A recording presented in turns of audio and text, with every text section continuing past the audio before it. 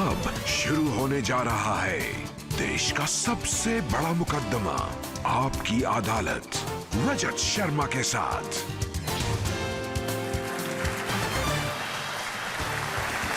नमस्कार। Thank you. आपकी अदालत में आज हमारे मेहमान हैं एक ऐसे नेता जो सियासत में और वकालत में दोनों में माहिर हैं, बोलने में बेजोड़ हैं, अपनी पार्टी के लिए संकट मोचक हैं, भारी भरकम मंत्रालयों का भार संभाल चुके हैं और अब चुनाव के मैदान में हैं। Please welcome former minister Ravishankar Prasad.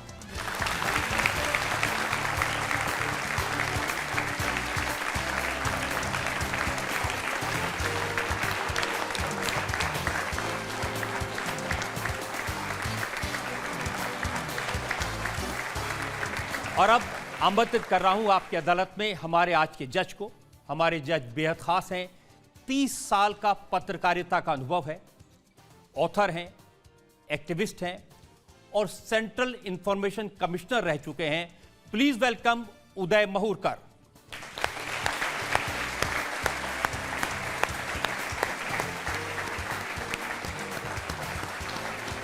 और मुकदमा शुरू हो इससे पहले आज के जज उदय महूरकर की इजाजत चाहेंगे आज की कार्रवाई शुरू करने के लिए। इजाजत है। और इल्जामात सवालात का सिलसिला शुरू करें इससे पहले एक नजर डालेंगे रविशंकर प्रसाद के पॉलिटिकल करियर पर। रविशंकर प्रसाद की पहली पहचान बनी एक तेज तर्रार छात्र नेता के रूप में। जेपी आंदोलन में सक्रिय रविशंकर प्रसाद इमरजेंसी के जमाने में जेल में रहे। इसके बाद रविशंकर प्रसाद ने एक वकील के तौर पर नाम कमाया। लालू यादव के खिलाफ 900 करोड़ रुपए के चारा घोटाले के केस में रविशंकर प्रसाद प्रमुख वकील थे। इलाहाबाद हाई कोर्ट में राम जन्मभूमि बाबरी मस्जिद विवाद के केस में रविशंकर प्रसाद रामलला के वकील रहे। अयोध्या में राम मंदिर बनने के बाद श्री राम के प्राण प्रतिष्ठा समारोह में रविशंकर प्रसाद को प्रभु श्री राम के वकील के नाते आमंत्रित किया गया। बीजेपी में रविशंकर प्रसाद की पहचान बनी पार्टी के प्रभावशाली प्रवक्ता के रूप में। आज भी जब पार्टी या सरकार को किसी कॉम्प्लिकेटेड सब्जेक्ट पर अपना पक्ष रखना होता है तो रविशंकर प्रसाद को सामने किया जाता है। रविशंकर प्रसाद वाजपेयी की सरकार में मिनिस्टर ऑफ स्टेट रहे। मोदी सरकार में रविशंकर प्रसाद ने कैबिनेट मिनिस्टर के तौर पर लॉ, कम्युनिकेशन और आईटी के मंत्रालयों की जिम्मेदारी संभाली। रविशंकर प्रसाद 19 साल तक राज्यसभा के सदस्य रहे। 2019 में इन्हें पटना साहिब से लोकसभा के लिए चुना गया। अब रविशंकर प्रसाद एक बार फिर चुनाव के मैदान में हैं। पटना विश्वविद्यालय से लॉ ग्रेजुएट रविशंकर प्रसाद आपकी अदालत में अपनी पैरवी खुद करेंगे। तो आइए शुरू करते हैं आज का मुकदमा आपकी अदालत में। पहला इल्जाम रविशंकर प्रसाद पर। आपकी अदालत में पूर्व केंद्रीय मंत्री रविशंकर प्रसाद पर आरोप है कि इन्होंने विरासत का फायदा उठाया। रविशंकर जी, आपके पिता ठाकुर प्रसाद सिंह बहुत बड़े वकील थे, बहुत बड़े नेता थे, पटना में बड़ा सा घर था, तो आपको सब कुछ विरासत में मिला, नेतागिरी भी, वकालत भी, हींग लगी न फिटकरी। एक बात बता दूं, पिताजी ने मेहनत से आगे बढ़े। हम किराए के मकान में भी रहे हैं और उस किराए के मकान में अटल जी, दीनदयाल उपाध्याय को मेरी माता जी फूंक फूंक कर रोटी खिलाया करती थी। मैंने वो भी देखा है। मेरे पिताजी 94 में गुजर गए, 94 में गुजर गए। लेकिन मैं बाल स्वयंसेवक बना, विद्यार्थी परिषद में 12-13 साल काम किया, जेपी मूवमेंट आपने देखा, जेल गए, लाठी खाए। हम पीएचडी हैं, मतलब जेल भी गए हैं, मीसा में भी गए हैं, लाठी भी खाए, गोली भी खाए, लेकिन ट्रेनिंग भी अच्छी हुई ना कि आपके घर पे अटल जी भी आते थे, अडवाणी जी भी आते थे, बीजेपी के जनसंघ के बड़े बड़े नेता आते थे। आपने सही कहा, हमने संघर्ष भी देखा है ना, और मुझे बहुत गर्व है अपनी विचारधारा पर। ब्रदर जी क्षमा करें, मैं पार्टी बदल कर नहीं आया हूँ। इसी विचारधारा में पैदा हुआ हूं और इसी विचारधारा में दुनिया छोड़ूंगा, ये मैं आपको गर्व से कहना चाहता हूं। लेकिन ये भी सच है कि संघर्ष के समय में जब जयप्रकाश जी का आंदोलन चल रहा था तो लालू यादव आपके नेता थे। बिल्कुल सही कहा। एक बात जानिए, मैं इंटर पास किया था, सुशील मोदी बीएससी में थे, लालू प्रसाद लॉ के लास्ट ईयर में थे। कितने साल से थे ये मुझसे मत पूछिए आप, ठीक है। और हम लोगों ने साथ में विद्यार्थी परिषद वाई में चुनाव लड़े। मैं सहायक महासचिव हुआ, सुशील मोदी महासचिव हुए, वो अध्यक्ष हुए। फिर मैंने कहा कुछ बड़ा काम करना चाहिए, फिर आंदोलन शुरू किया बेरोजगारी के खिलाफ, फिर जेपी आए, फिर मीसा में बंद हो गए। तो जो आपके साथ थे, दोस्त थे, जिनके साथ आप जेल में थे, संघर्ष किया, जब वो मुख्यमंत्री बने तो उनके खिलाफ चारा घोटाले का केस कर दिया, पीठ में छुरा भोंक दिया। अच्छा रजत जी ये बताइए, कोई दोस्ती हुई? अच्छा रजत जी ये बताइए, जेपी ने क्या सिखाया? भ्रष्टाचार मिटाना है, नया बिहार बनाना है। और लालू जी बनते हैं तो भ्रष्टाचार की पराकाष्ठा। मैं अपने मित्रों को बताऊंगा चारा घोटाला क्या है। क्या 3000 मुर्गी 2 महीने में 5 करोड़ का दाना खा सकती है? समझ गया? गाय भैंस गरीबों को देना है, सेंट्रल गवर्नमेंट की योजना है। सप्लाई हो गई जी, हो गई। क्या कैसे किया? कहा इससे किया, बस से किया, ट्रक से किया। मालूम हुआ वो स्कूटर का नंबर निकला, मतलब भैंस गाय स्कूटर में सप्लाई हो रही थी। लूट थी। पीआईएल किया, बहुत बड़ा रिस्क लिया उस समय, जान लीजिए आप। ये माफिया मरवा भी सकते थे। सुशील मोदी पिटिशनर थे, मैं वकील था। सीबीआई की इंक्वायरी हुई, सब पकड़े गए। और रजत बाबू, किसी को भी राहत नहीं मिली। छोटा सप्लायर भी है वो भी जेल गया। लालू जी 4 मुकदमों में जेल गए। आईएएस लोग गए, कलेक्टर गए, इनकम टैक्स कमिश्नर गए, बाकी मंत्री गए। तो ये संतोष है कि जेपी ने सिखाया भ्रष्टाचार मिटाना है तो हम लड़े उसके लिए। गलत क्या है? लेकिन उस समय कुछ लोग कहते थे कि आप इसलिए चिढ़ते थे लालू जी से क्योंकि उन्होंने अडवाणी जी का रथ रोका था बिहार में।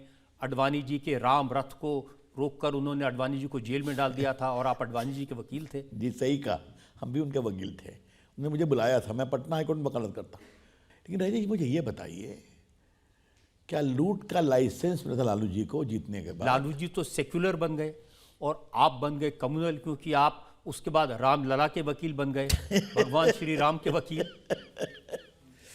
मेरा सौभाग्य कि मुझे प्रभु राम की सेवा करने का अवसर मिला।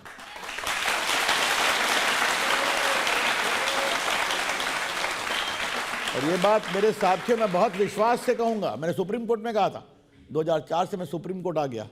प्रभु राम टेंट में रहेंगे, टेंट में भीगेंगे।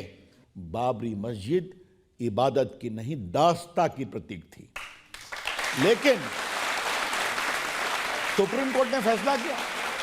सुप्रीम कोर्ट ने कहा मुस्लिम पक्ष ऐसा कोई सबूत नहीं दिया कि उनका एकमात्र कब्जा था बाबरी मस्जिद पर। दूसरा, बाबरी मस्जिद बनने के बाद भी हिंदुओं का विश्वास कभी नहीं डोला कि प्रभु राम का जन्म स्थान है। वो आकर सर झुकाया करते थे। और जो आर्कियोलॉजिकल सर्वे ऑफ इंडिया की खुदाई हुई तो मालूम हुआ 8वीं शताब्दी से मंदिर का ढांचा निकल गया, तो मंदिर के ऊपर मस्जिद बनाई गई थी। तो यही तो हम भी कह रहे थे। और रजत बाबू, आज मैं एक बात आपसे कहूं, आपकी अनुमति हो, कृपया करके अनुमति दीजिए आप। अगर ये ढांचा नहीं गिरता तो क्या सुप्रीम कोर्ट हमारे पक्ष में फैसला करने के बाद भी हटाने के लिए कहता? नहीं कहता ना, नहीं कहता। कहता हिंदू अपने बड़े हृदय का परिचय दें, इसको वहीं छोड़ दें, बगल में मंदिर बना लें, और वो शर्म का प्रतीक रह जाता। तो एक कहावत है ना रजत बाबू, होई हैं वही जो राम रुचि राखा। तो आज ये मंदिर बन गया सुंदर। अभी थोड़े दिन पहले असदुद्दीन ओवैसी साहब आए थे आपकी अदालत में।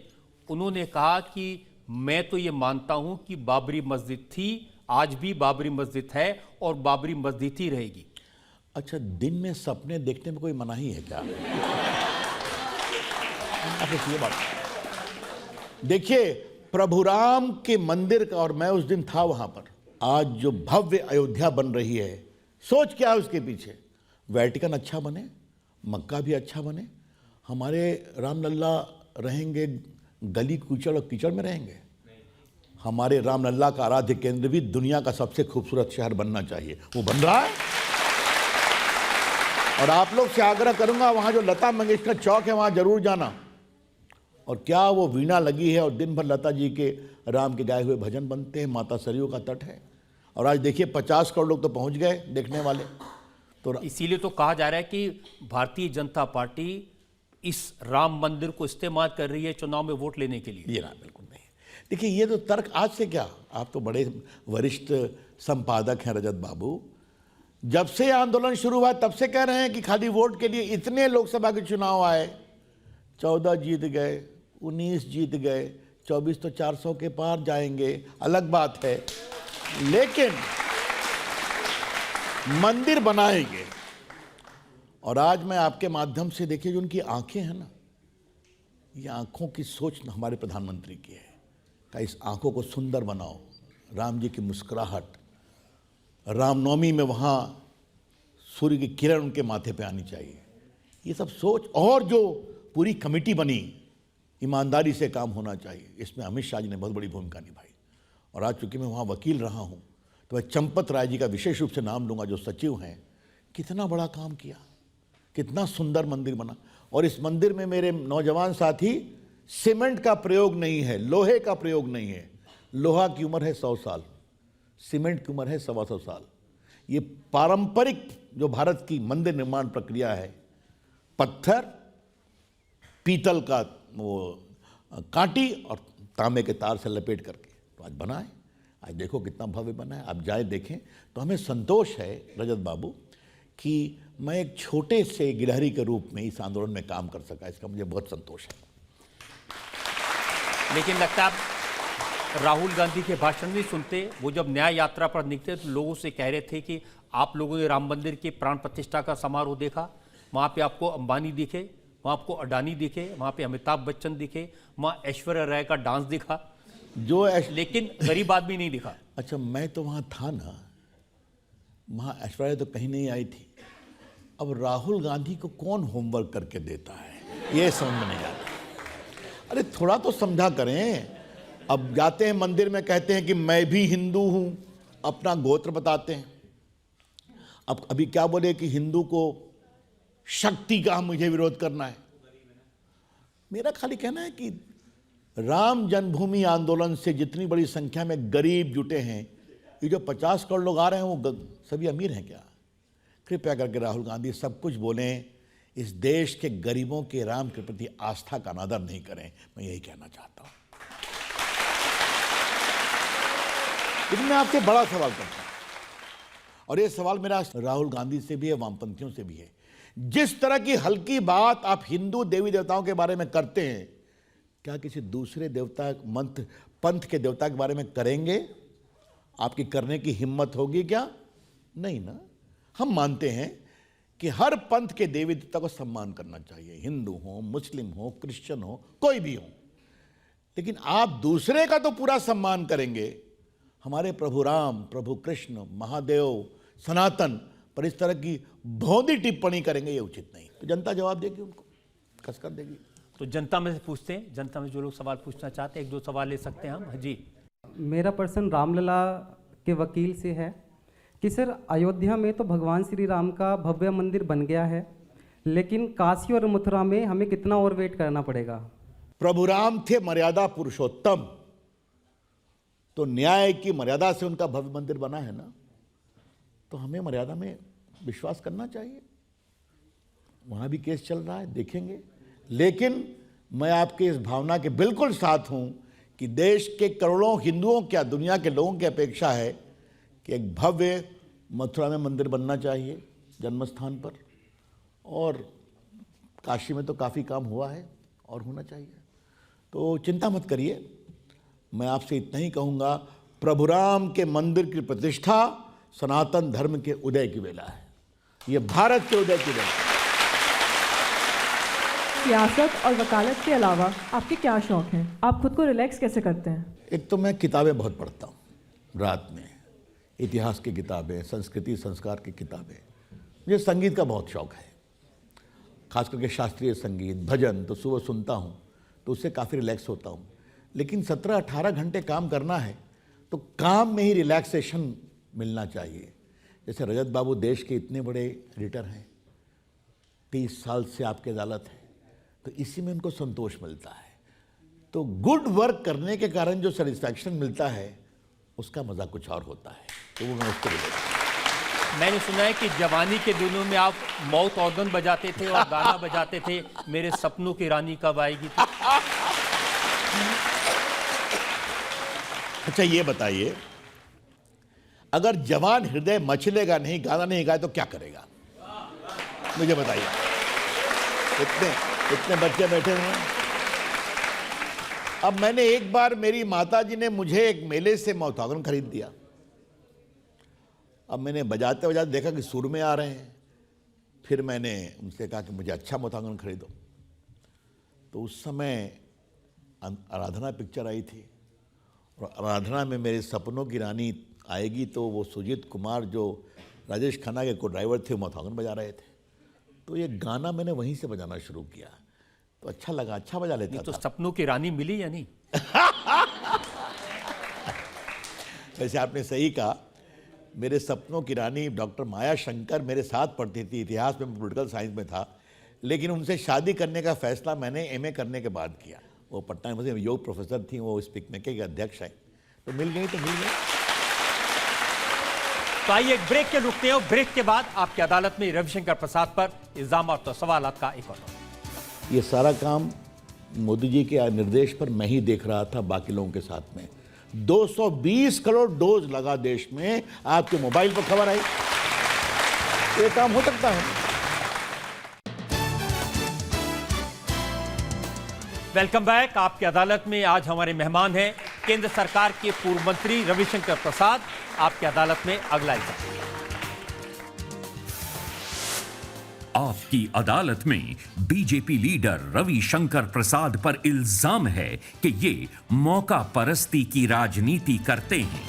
रविशंकर जी, बिहार की राजनीति के इतने बड़े लीडर हैं आप, और बिहार में क्या हुआ? आपने कहा था कि नीतीश कुमार के लिए हमारे दरवाजे बंद हैं, लेकिन दरवाजा बंद के चिटकनी लगाना भूल गए, आ गए नीतीश जी। देखिए, आपको ये सवाल पूछने का पूरा अधिकार है। आपने सही कहा, हमने कहा था, उन्होंने कहा था, अब मैं कभी नहीं जाऊंगा। उन्होंने कहा था मर जाना कबूल है, इनके साथ नहीं जाऊंगा। बिल्कुल। नीतीश जी पर्सनली ऑनेस्ट है, let's be very clear, personally honest है वो। लालू जी के यहाँ 5-5 गेट खुले हुए थे, समझ गए आप?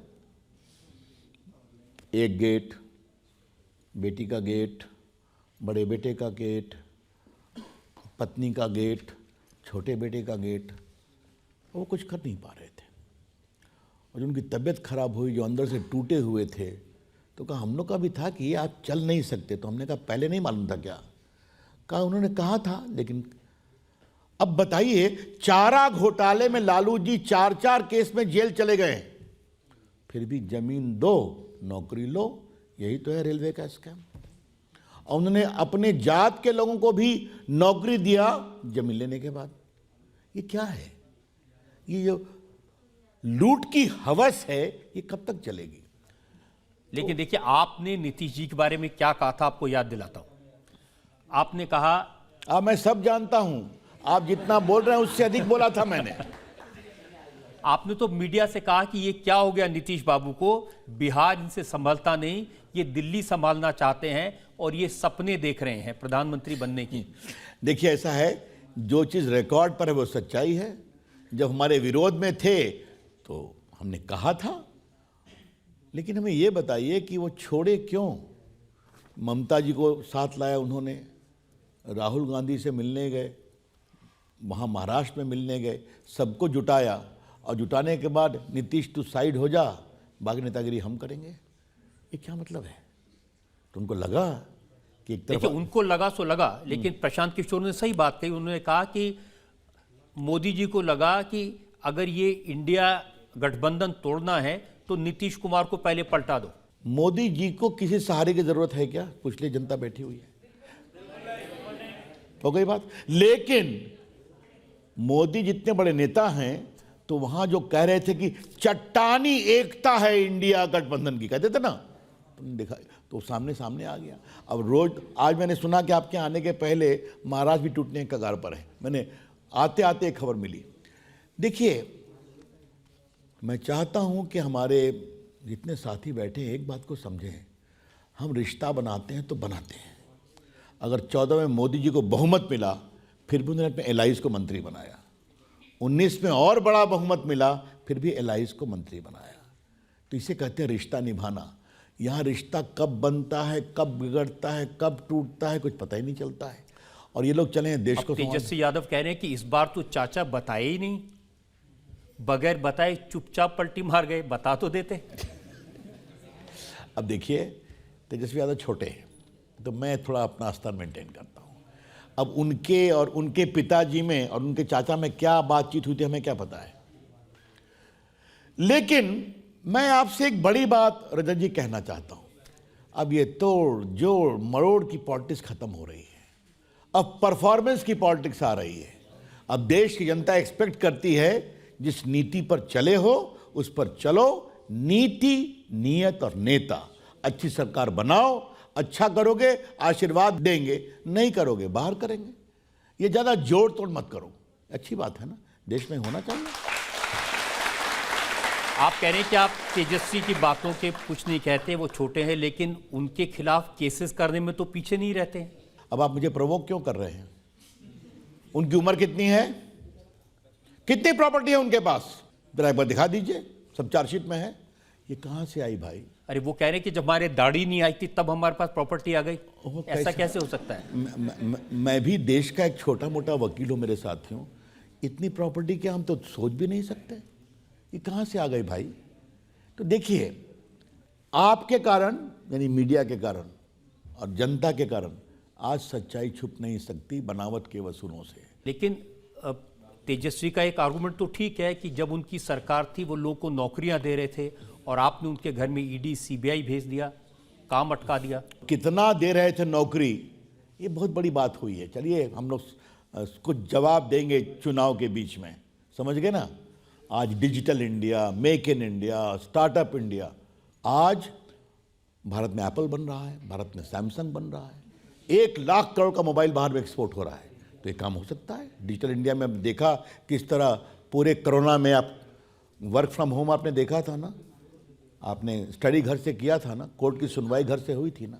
तो हम काम कर सकते हैं तो करना चाहिए, आप भी करिए। लेकिन सवाल है कि खाली आप गाली देंगे, आलोचना करेंगे, ऐसे कैसे चलेगा? नहीं, वो लोगों से पूछते हैं कि अगर बीमार पड़ोगे तो क्या राम मंदिर जाओगे? बिल्कुल आपने बहुत सही कहा। राम मंदिर नहीं जाओगे, राम का नाम लोगे, लेकिन आयुष्मान भारत है 5 लाख रुपए का, जनऔषधि केंद्र है, आपकी दवा सस्ती हुई है, भारत में मेड इन इंडिया आपके वैक्सीन है जो आज लोगों को फ्री लगी। आज मैं इन लोगों से एक सवाल पूछता हूं, आपको वैक्सीन लगी थी ना? आपको कहां खबर आई थी कि आपको पहला डोज कब लगेगा, कहां लगेगा? कुछ याद है आप लोगों को? मोबाइल पे आया था ना। ये सारा काम मोदी जी के निर्देश पर मैं ही देख रहा था बाकी लोगों के साथ में। 220 करोड़ डोज लगा देश में, आपके मोबाइल पर खबर आई। ये काम हो सकता है, भारत में हुआ है ना। यही तो है डिजिटल इंडिया, कि आपको बिल्कुल एक्सेस करना, सूचना और सब कुछ जानकारी। तो ये देखो भैया, ईमानदारी से काम। तो उनका सवाल ये भी है कि अगर भूख लगेगी तो मंदिर से क्या होगा? मंदिर की जगह ये जो करोड़ों रुपया है ये लोगों के खाने के लिए काम आता है। नहीं, बहुत 80 करोड़ लोगों को खाना खिला रहे हैं ना फ्री में। ऐसा नहीं है। देखिए, आज गरीबी बहुत कम हुई है। हमारी सोच क्या है और हमारे प्रधानमंत्री के, हमारी विचारधारा की, इस देश में मंदिर भी जरूरी है और ईमानदारी से काम भी जरूरी है। सनातन का सम्मान भी जरूरी है और सुशासन भी जरूरी है। तो ये दोनों काम हो रहा है, तो इसमें दिक्कत क्या है?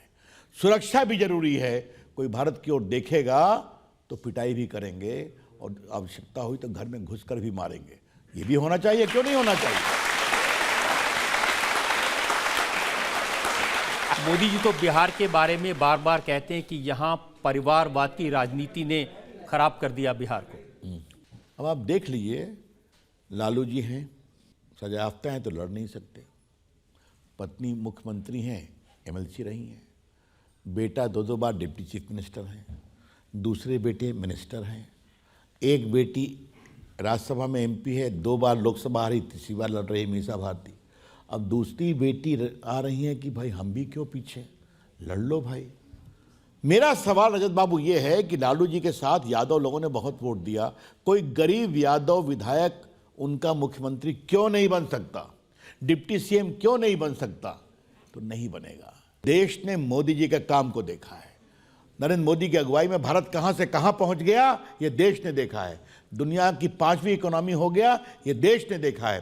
भ्रष्टाचार नहीं होता है, ये देश ने देखा है। और स्थायी सरकार होती है, तो इसका फायदा क्या होता है, ये भी देश देखा है। एक कांग्रेस के बड़े नेता ने मुझे कहा कि अब ये बन गए प्रधानमंत्री, 10 साल रह गए, अब तो थोड़ा आराम कर लें। 12 साल मुख्यमंत्री, 10 साल प्रधानमंत्री, एक दिन छुट्टी नहीं। एक दिन का मतलब एक दिन छुट्टी नहीं। अभी जो उस दिन गए थे श्री राम की प्रतिष्ठा में, तो जो मुख्य थे उन्होंने कहा कि इनको कहा हमने 3 दिन आप व्रत रखिए। उन्होंने 11 दिन खाई नारियल का पानी पिया और लगभग 11 दिन नीचे खाली वो कंबल पर सोए। और पूरे देश में सब जगह गए, बहुत कठिन श्रम था। तो उनसे पूछा आप कुछ खा लीजिए, कहा नहीं, थोड़ा मुझे आप चरणामृत, उसी के बाद मैं तोड़ूंगा। अब ये है तो है, फिर काम करते हैं, घूमते हैं, अपने भी खटते हैं, हम लोग खटाते हैं। आपको बताऊं रजत जी, भगवान उनको स्वस्थ रखे, मैंने आज तक उनको जमाए लेते नहीं देखा है। आप देखते हैं टीवी पर दिखाते हैं, आप भी यहाँ घूम रहे हैं, वहाँ घूम रहे हैं, विदेश कर रहे हैं, देश कर रहे हैं। तो जो व्यक्ति 4-5 साल केदारनाथ में गुफा में साधना करे और जो इतना करे, तो कुछ तो है ना उनके अंदर।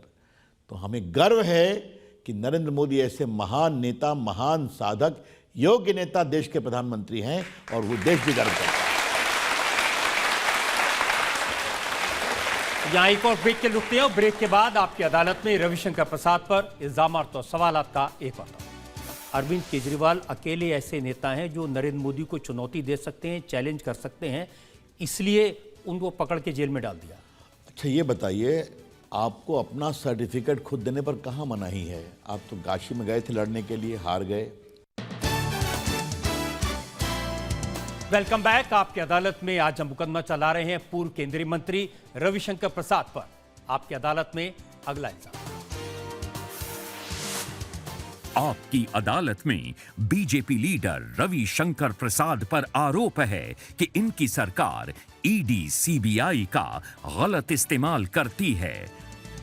रविशंकर जी, सब लोग पूछ रहे हैं, 2-2 बार जिन्हें जनता ने दिल्ली में मुख्यमंत्री चुना, 2-2 राज्यों में जिनकी पार्टी की सरकार है, जिससे संयोजक हैं, चुनाव के मौके पर उन्हें जेल में डाल देना, ये मिसयूज नहीं है ईडी का? देखिए, यहाँ पर उनके गिरफ्तारी पर मैं कुछ नहीं कहूँगा क्योंकि वो काम ईडी का है। लेकिन मैं आपके जवाब में कुछ काउंटर सवाल पूछता हूँ। मनीष सिसोदिया 1 साल से जेल में है कि नहीं? क्या हल्ला किया था इन लोगों ने? राजघाट पर जाके धरना दिया था। संजय सिंह आज 6 महीने से जेल में है कि नहीं? सतेंद्र जैन 2 साल से जेल में है कि नहीं? कलकत्ता में जो मंत्री के यहाँ से 60 करोड़ निकला था, वो जेल में है कि नहीं? दूसरे मंत्री जेल में है कि नहीं? सोना खाली में जो, मैं नाम भूल रहा हूँ, उसने जो बवाल किया, वो सारी सच्चाई, शाहजहां शेख, सारी सच्चाई सामने आ रही है कि नहीं? तो आप ईडी सीबीआई का भूत दिखाएंगे, करनी क्या है ये नहीं बताएंगे। उन्होंने बताया कि जिन बयानों पर मुझे अरेस्ट किया गया, अदालत में अरविंद केजरीवाल ने कहा वो बयान ऐसे हैं जिस पर चांदनी चौक का एक जेब कतरा भी जेल में नहीं डाला जा सकता। जिस अरविंद केजरीवाल ने देश में ईमानदार नेता का एक परिचय दिया था, अन्ना हजारे के शिष्य के रूप में, ये क्या है? प्रशांत भूषण अलग, आशुतोष अलग, हमारी बेदी जी अलग, अनुपम खेर अलग, कुमार विश्वास अलग, योगेंद्र यादव अलग, शाजिया इल्मी अलग, और अन्ना हजारे को कहना पड़ा मुझे कोई मतलब नहीं है। ये क्या है? बिछड़े सभी बारी बारी। तो मतलब इनकी पॉलिटिक्स में एक फ्लॉ था, जो लोग आंदोलन में आए थे, एक। और दूसरी बात है कि आपने क्या क्या कहा और क्या निकला मामला। अब इनकी सारी कहानी मैं यहाँ कहने के लिए नहीं बैठा हूँ। देखिए, वो तो कह रहे हैं कि अरविंद केजरीवाल अकेले ऐसे नेता हैं जो नरेंद्र मोदी को चुनौती दे सकते हैं, चैलेंज कर सकते हैं, इसलिए उनको पकड़ के जेल में डाल दिया। अच्छा ये बताइए, आपको अपना सर्टिफिकेट खुद देने पर कहाँ मनाही है? आप तो काशी में गए थे लड़ने के लिए, हार गए। आप गुजरात में गए कि गुजरात का नया शेर आया है नरेंद्र मोदी को चैलेंज करने के लिए, एक सीट मिली है आपको, है ना। दिल्ली में लोकसभा के आप एक सीट नहीं जीत पाते हैं, ठीक है, विधानसभा आप जीते, सच्चाई है। मेरा खाली कहना यह है, अब इस तरह की अहंकार और दंभ की राजनीति नहीं चलती। ये पब्लिक है, सब जानती है और सब समझती है, उनको ट्रस्ट करिए। लेकिन उनकी ये बात भी सही है कि इतनी रेड हुई, 1 रुपया नहीं मिला कहीं पर। ये वो कह रहे हैं ना, इसको ईडी ने कहा है। ईडी अपनी बात आपकी अदालत में और टीवी पे नहीं कहती, वो कोर्ट में कहती है। तो जरा एक बार अपने रिपोर्टर्स को कहिए कि ईडी ने कोर्ट में क्या कहा है उनके बारे में मालूम करते हैं। ये क्या हल्की बात है क्या सीएम को अरेस्ट करना? आप सीएम हैं और भ्रष्टाचार करेंगे तो कार्रवाई नहीं होनी चाहिए क्या? लालू जी जेल गए ना, हेमंत जी जेल गए ना, इतने मंत्री जेल गए ना। अब ये अलग है, ये कहते हैं मैं जेल से सरकार चलाऊंगा। हाँ, ये तो कमाल है साहब, बहुत बढ़िया, क्या बात। जो नैतिकता की बात करते थे देश में, अन्ना हजारे के, देखिए इनका कोई राजनीतिक रिकॉर्ड नहीं है। ये इंडियन रेवेन्यू सर्विस के अधिकारी थे, एक एनजीओ चलाया, बाकी काम हुए, अन्ना हजारे में कूद गए, पार्टी में नेता बन गए, अच्छी बात है, जनता ने आशीर्वाद दे दिया। कोई इनका लंबा राजनीतिक रिकॉर्ड नहीं। अब कह रहे मैं जेल से सरकार चलाऊंगा, जो आज तक नहीं हुआ देश में। क्या मतलब है इसका? इसका मतलब उनकी पत्नी ने बताया, उन्होंने कहा कि केजरीवाल जी कह रहे थे कि मेरा शरीर जेल में है लेकिन मेरी आत्मा बाहर है। वाह वाह वाह, क्या बात, मैं भी ताली बजा। और उन्होंने ये भी कहा कि अगर आप अपनी आंख बंद करके सोचेंगे तो मुझे आसपास पाएंगे। हद हो गया।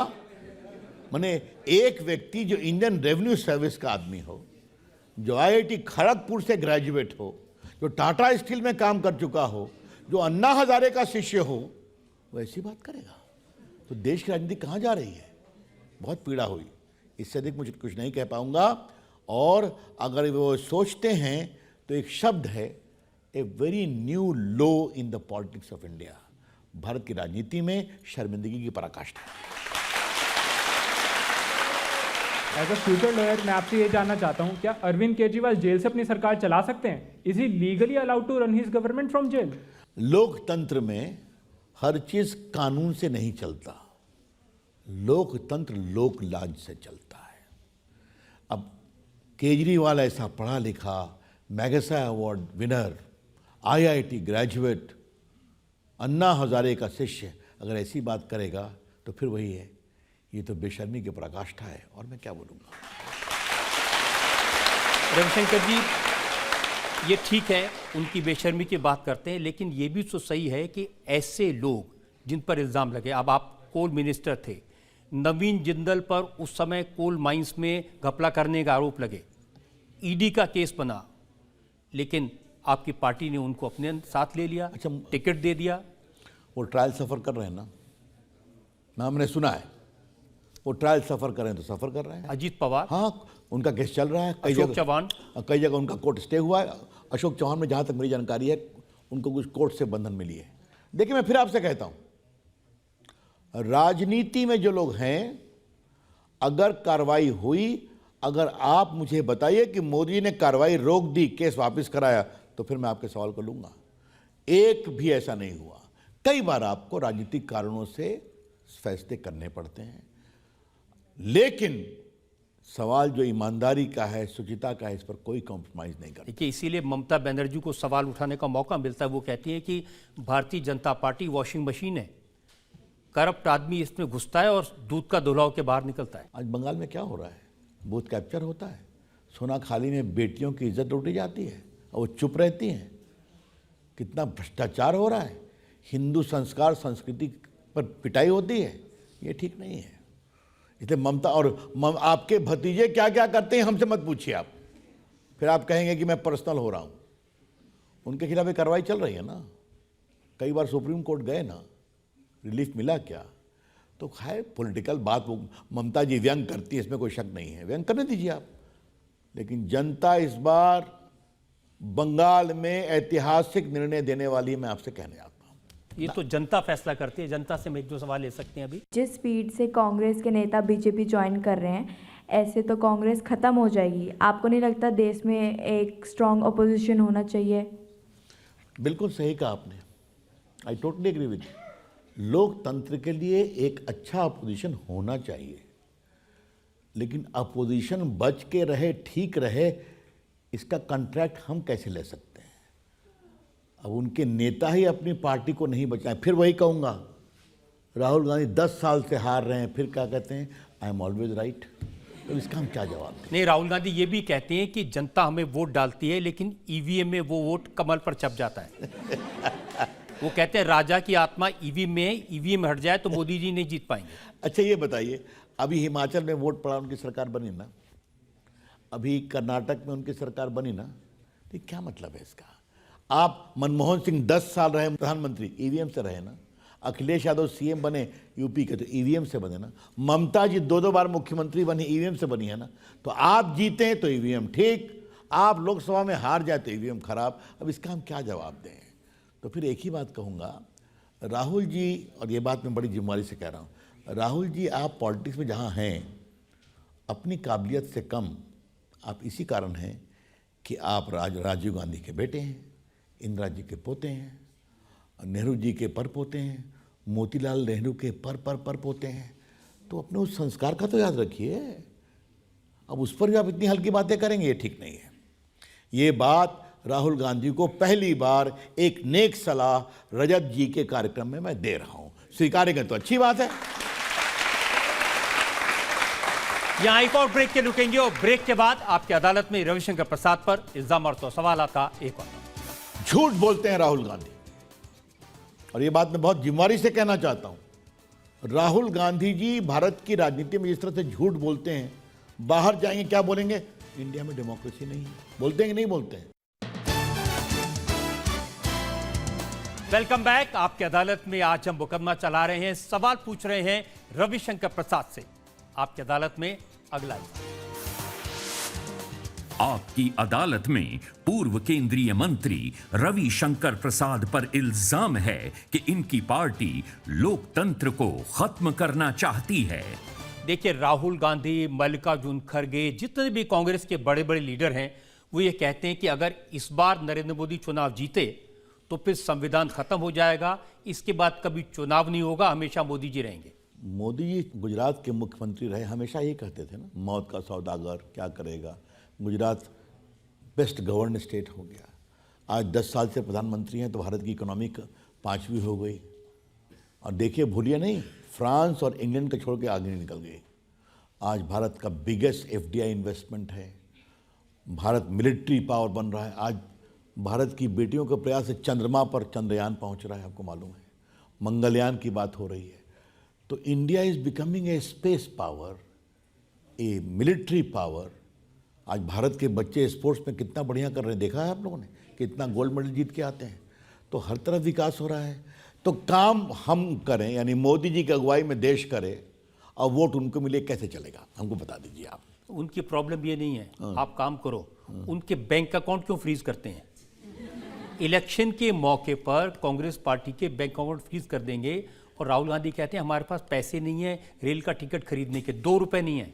पॉलिटिकल पार्टी का पैसा टैक्स नहीं लगता, लेकिन आपको अपना इनकम टैक्स रिटर्न फाइल करना पड़ता है, और ये बताना पड़ता है कि आपको 20,000 के ऊपर से कितना पैसा चेक से आया और क्या आया, और ऑडिट करके देना पड़ता है, और नहीं दिया आपने तो कार्रवाई होती है। तो Congress party income tax return file करना भूल गई थी। तो इसमें कोई नई बात नहीं है। काफ़ी नंबर 2 पैसा आता है तो ईमानदारी से टैक्स रिटर्न में दिक्कत हो जाती है। तो उनको कार्रवाई की गई, और जो लेट से फाइल हुआ तो उसको उन्होंने सीज कर दिया। तो निचले कोर्ट ने स्टे रिफ्यूज़ कर दिया, कमिश्नर अपील ने स्टे रिफ्यूज़ कर दिया, IT/80 ने स्टे रिफ्यूज़ कर दिया, हाई कोर्ट ने स्टे रिफ्यूज़ कर दिया, आज दोबारा रिफ्यूज़ कर दिया। तो भाई, अगर आप गड़बड़ करें, आपको कोर्ट से रिलीफ नहीं मिले, तो क्यों चिल्ला रहे हैं कि उससे पैसा नहीं है? वैसे एक बात मैं बता दूं आप लोग को, नेशनल हेराल्ड केस में राहुल जी और उनकी माता जी सिर्फ 50 लाख रुपया लगा करके 5,000 करोड़ की प्रॉपर्टी के मालिक हैं। दिल्ली में नेशनल हेराल्ड का दफ्तर है, पटना में है, लखनऊ में है, मुंबई में है, मोहाली में है। अब देखिए क्या क्या होता रहता है। तो राहुल गांधी के पास टिकट के पैसे नहीं हैं, ये देश विश्वास नहीं करेगा। उन्होंने एक और आरोप लगाया, वो स्वर्गीय अरुण जेटली पर, वो नहीं है जवाब देने के लिए, मैंने सोचा ये सवाल आपके सामने रखूं। उन्होंने कहा कि जब लैंड एक्विजिशन एक्ट बन रहा था तो अरुण जेटली ने मुझे बुलाया और कहा कि इसके खिलाफ मत बोलो वरना तुम्हारे ऊपर केसेस हो जाएंगे। झूठ बोलते हैं राहुल गांधी, और ये बात मैं बहुत जिम्मेदारी से कहना चाहता हूं। राहुल गांधी जी भारत की राजनीति में जिस तरह से झूठ बोलते हैं, बाहर जाएंगे क्या बोलेंगे, इंडिया में डेमोक्रेसी नहीं है, बोलते हैं कि नहीं बोलते हैं, फिर यहां भी बोल देते हैं।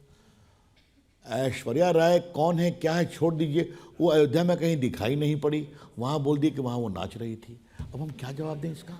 तो राहुल गांधी की हर बात को आप इतना क्यों, और मैं क्या बोलूं? चलिए मैं इलेक्टोरल बॉन्ड पर कांग्रेस पार्टी का सवाल आपके सामने रखता हूं। उन्होंने कैंपेन शुरू किया है, इलेक्टोरल बॉन्ड से बीजेपी माला माल हो गई। देखिए आरोप बिल्कुल गलत है। इलेक्टोरल बॉन्ड देश की राजनीति में ईमानदार पैसे को लाने की कोशिश थी कि आप जमा करिए पैसा, आप रिजर्व बैंक पर डिटेल्स रखिएगा।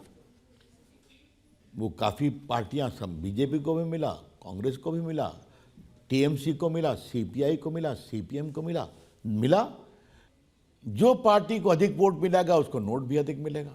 मैंने जनसंघ के समय देखा था, लोग घूम घूम करके कि 10 रुपया दुकान से लेते थे। आज पार्टी बड़ी हो गई है तो पैसा मिलेगा, लेकिन ईमानदारी से पैसा, ब्लैक मनी खत्म होने का एक बहुत ही सार्थक प्रयास था जो अरुण जेटली ने किया था। अब सुप्रीम कोर्ट ने तोड़ दिया तो अच्छी बात है, हमें उस पर कुछ नहीं कहना है। लेकिन उनका आरोप यह है कि सीबीआई और ईडी ने जिन लोगों पर रेड की, उन लोगों ने इलेक्टोरल बॉन्ड खरीदे, बीजेपी को दिए। राहुल गांधी की पार्टी को कहां कहां से पैसा आया सब खोलना शुरू करूं क्या? ममता जी को पैसा कहां से आया सब मैं खोलना शुरू क्या? ये कौन सी बात है भाई? देखिए, राजनीति के स्तर को इस तरह नहीं गिराना चाहिए। लोकतंत्र में खर्चा होता है, आप चुनाव लड़ोगे तो खर्चा होगा, प्रचार करना पड़ेगा, बाकी करना पड़ेगा, और लोकतंत्र देश के लिए जरूरी है। तो लोकतंत्र का पैसा अच्छे सोर्स से आए कि नंबर 2 से आए, इस पर बहस होनी चाहिए। जर्मनी में सरकार फंडिंग करती है, और फंडिंग का तरीका क्या है? जिसको अधिक वोट मिलेगा उसको अधिक पैसा मिलेगा। तो राहुल गांधी जी, आपको वोट नहीं मिलता फिर भी आपको इतना पैसा मिलता है तो काहे परेशान हैं आप? लेकिन ये सच है कि कांग्रेस पार्टी के पास पैसे की कमी है चुनाव लड़ने में? अभी तो आपको इंक्वायरी करना पड़ेगा। ऐसा है क्या?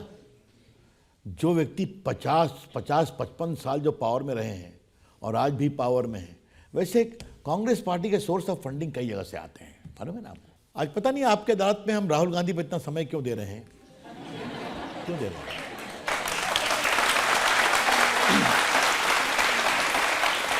इसलिए कि आप भी उनके बारे में बहुत सारी बातें कहते हैं, वो भी मैंने चेक किया। आप कभी कहते हैं ये होमवर्क नहीं करते, जब आपने पार्लियामेंट में कहा होमवर्क नहीं करते तो आपकी जो बाकी एमपी वहां बैठे थे वो कहते थे पप्पू है। मैं यहां भी कह रहा हूं राहुल गांधी होमवर्क नहीं करते। आप कहते हैं वो लॉन्च नहीं हो पा रहे। अच्छा ये बताइए, एक प्रोडक्ट को कितनी बार लॉन्च किया जाएगा? 2004 से तो मैं देख रहा हूं, राहुल गांधी गए, विपासना से लौट के आए, वेरी रिफ्रेश होकर राहुल गांधी आए हैं। फिर जीत हो गई, फिर राहुल गांधी चले हैं। मोहब्बत की दुकान खोलने चले, फिर राहुल गांधी चले हैं। कितनी बार आप लॉन्च रिलॉन्च होंगे? ये देश अब नॉन सीरियस पॉलिटिक्स को लाइक नहीं करता है। मेरी बात समझ रहे हैं आप? अगर आप सीरियस पॉलिटिशियन हैं, सीरियस बात करो, अपनी नीयत बताओ, अपनी नीति बताओ, उसको इम्प्लीमेंट करने का कार्यक्रम बताओ, हमारे ऊपर छोड़ दो, हम देखेंगे तो वोट देंगे। तो आप इस तरह की रेटोरिक की बात करना, तो क्या क्या कहा था? मोदी जी मुझसे आंख नहीं मिला सकते, कहते ना, हमेशा कहते रहते हैं। अब ये कौन सा लॉजिक? कहते हैं कि मोदी जी मुझसे डरते हैं। हाँ, ये ठीक कहा। तो इसका मैं क्या जवाब दूं? वो कहते हैं 5 मिनट पार्लियामेंट में बोलूंगा तो भूकंप आ जाएगा। हाँ, तो आपको बताऊं, मैं उनका भाषण सुन रहा था, अब पार्टी ने कहा था मैं ही जवाब दूं, तो मैं बहुत गंभीरता से सुन रहा था।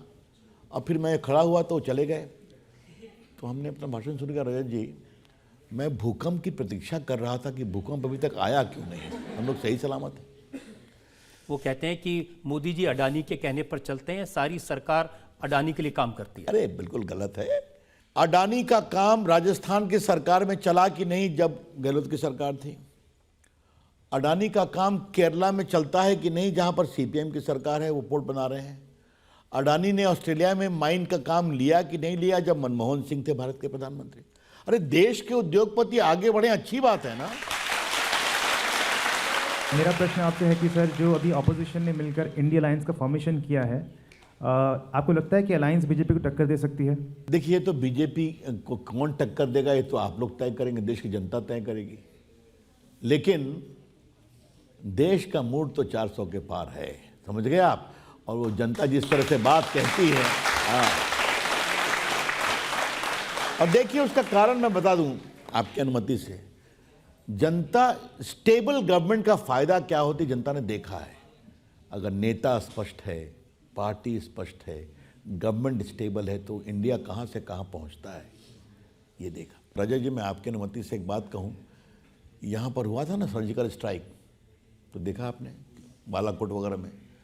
फर्ज कीजिए इन लोग की सरकार हो और अगर सेना के लोग कहेंगे सर सर्जिकल स्ट्राइक करना पड़ेगा, तो क्या कहा, रुक जाइए जरा लालू जी से पूछ लेते हैं। तो लालू जी से बात किया, रुकिए भाई, हमारा मुसलमान वोट गड़बड़ा जाएगा, आपको हम कल बताएंगे। दक्षिण भारत पूछा, कहा कभी नहीं करिए, हम लोग हार जाएंगे। तो मालूम हुआ 3 दिन में वो इतना हल्ला हो गया कि सारे आतंकवादी भाग गए और सर्जिकल स्ट्राइक हो ही नहीं पाई। ये होता है जब एक नेता होता है, स्टेबल सरकार होती है, तो निर्णय तुरंत होते हैं, और मोदी जी ने कर दिया। एक आरोप ये लगता है कि स्टेबल सरकार है, मोदी जी की सरकार है, लेकिन ये हिंदू सरकार है, मुसलमानों को डर के रहना पड़ेगा। हिंदू होना कोई पाप नहीं है, सनातन प्रेमी होना कोई पाप नहीं है। इस देश की संस्कार संस्कृति में सनातन है, प्रभु राम हैं, प्रभु कृष्ण हैं, गीता है। और आपकी जानकारी के लिए, अमेरिका के राष्ट्रपति जब शपथ लेते हैं ना, तो बाइबल पर हाथ रख के शपथ लेते हैं। अगर आप भारत का ओरिजिनल संविधान खोलेंगे तो प्रभु राम की तस्वीर है फंडामेंटल राइट्स के ऊपर, प्रभु कृष्ण की तस्वीर है। आज कोई होता तो हल्ला कर देते। लेकिन देखिए, इसका मतलब ये तो नहीं हो सकता ना कि जो देश में मुसलमान हैं उनको डराया जाए। अगर मोदी जी ने कहा गरीबों का आवास मिलेगा, तो क्या मुस्लिम गाँव में नहीं मिला? अगर मोदी जी की सरकार ने कहा गैस मिलेगा, उज्ज्वला योजना, तो क्या मुस्लिम माताओं बहनों को नहीं मिला?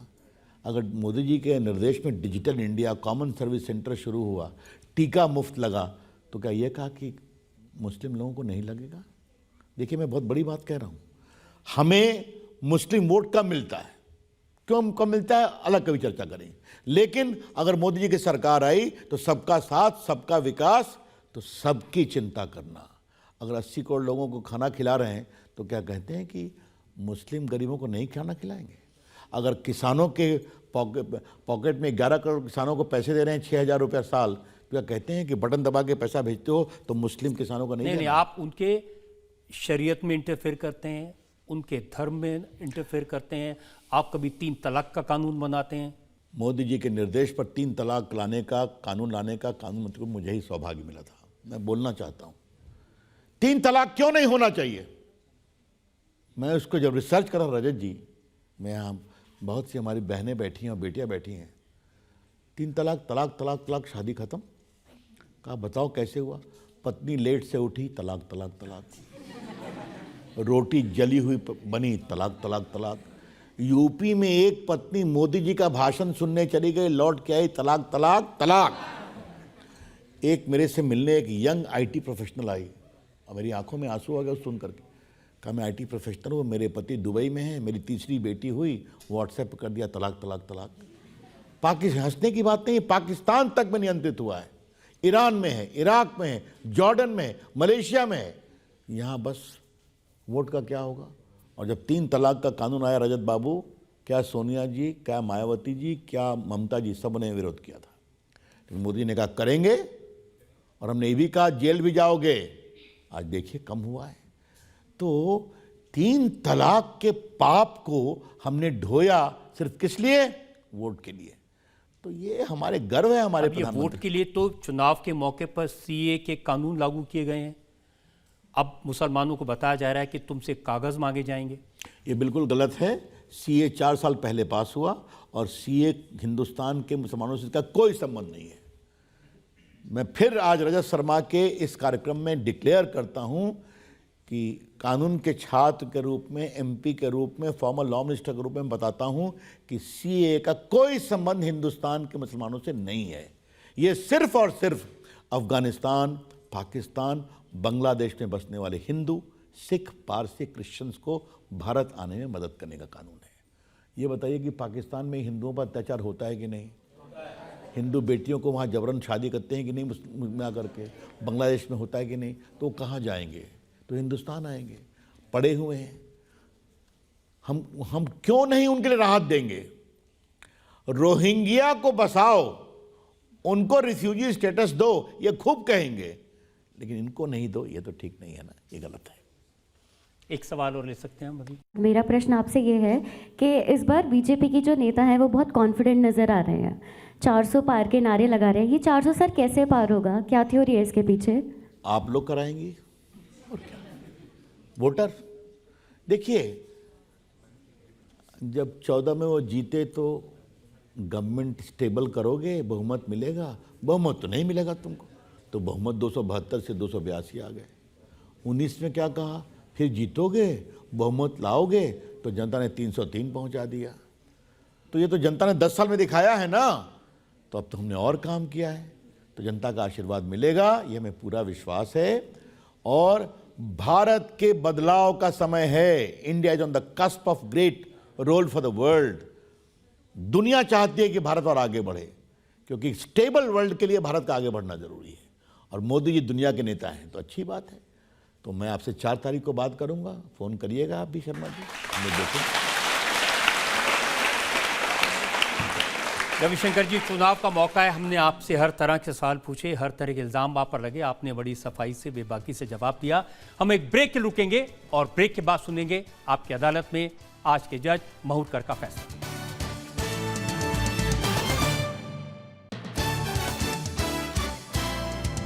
Welcome back. आपकी अदालत में आज हमने मुकदमा चलाया former law minister, former telecom minister Ravishankar Prasad पर। अब वक्त है आपकी अदालत में आज के जज उदय महूरकर के फैसले का। सार्वजनिक जीवन के अंदर 2 टाइप के ईमानदार लोग होते हैं, एक वित्तीय रूप से और एक बौद्धिक रूप से, जिसको हम कहेंगे इंग्लिश में फाइनेंशियल ऑनेस्टी और इंटेलेक्चुअल ऑनेस्टी। एक पत्रकार के रूप में मैंने रविशंकर जी को कई सालों से कवर किया है और मैंने देखा कि उनका जो बौद्धिक ईमानदारी का स्तर है बहुत ऊंचा रहा। उन्होंने जवाब हमें कन्विक्शन से दिए जब मैं पत्रकार था। आज वही शैली मुझे दिखाई दी। राम मंदिर के बारे में जो उन्होंने जवाब दिए बड़े बेबाक तरीके से दिए। मोदी का सरकार के परफॉर्मेंस की जो बात की वो बड़ी उन्हें बेबाकी से जवाब दिए, निपुणता से दिए। मिसयूज ऑफ पावर की जो बात थी उसका भी बड़ा निपुणता से जवाब दिया उन्होंने। और मुस्लिम और सीए का जो मसला है उसको जो उन्होंने समझाया वो बड़ा कन्विंसिंग था, बड़ी कन्विक्शन के साथ उन्होंने जवाब दिए। और बॉन्ड इशू को जो उन्होंने समझाया, वो मानता हूं कि बॉन्ड इशू जो है उसको लोग समझ नहीं पाए हैं, वो एक पारदर्शिता लाने का एक प्रयास था, उस रूप में इसको देखा जाना चाहिए। तो आज जो रजत शर्मा जी का जाल था उसमें से बड़ी निपुणता के साथ वो बाहर निकले और अभियुक्त रविशंकर प्रसाद जी को अदालत बाइज्जत बरी करती है।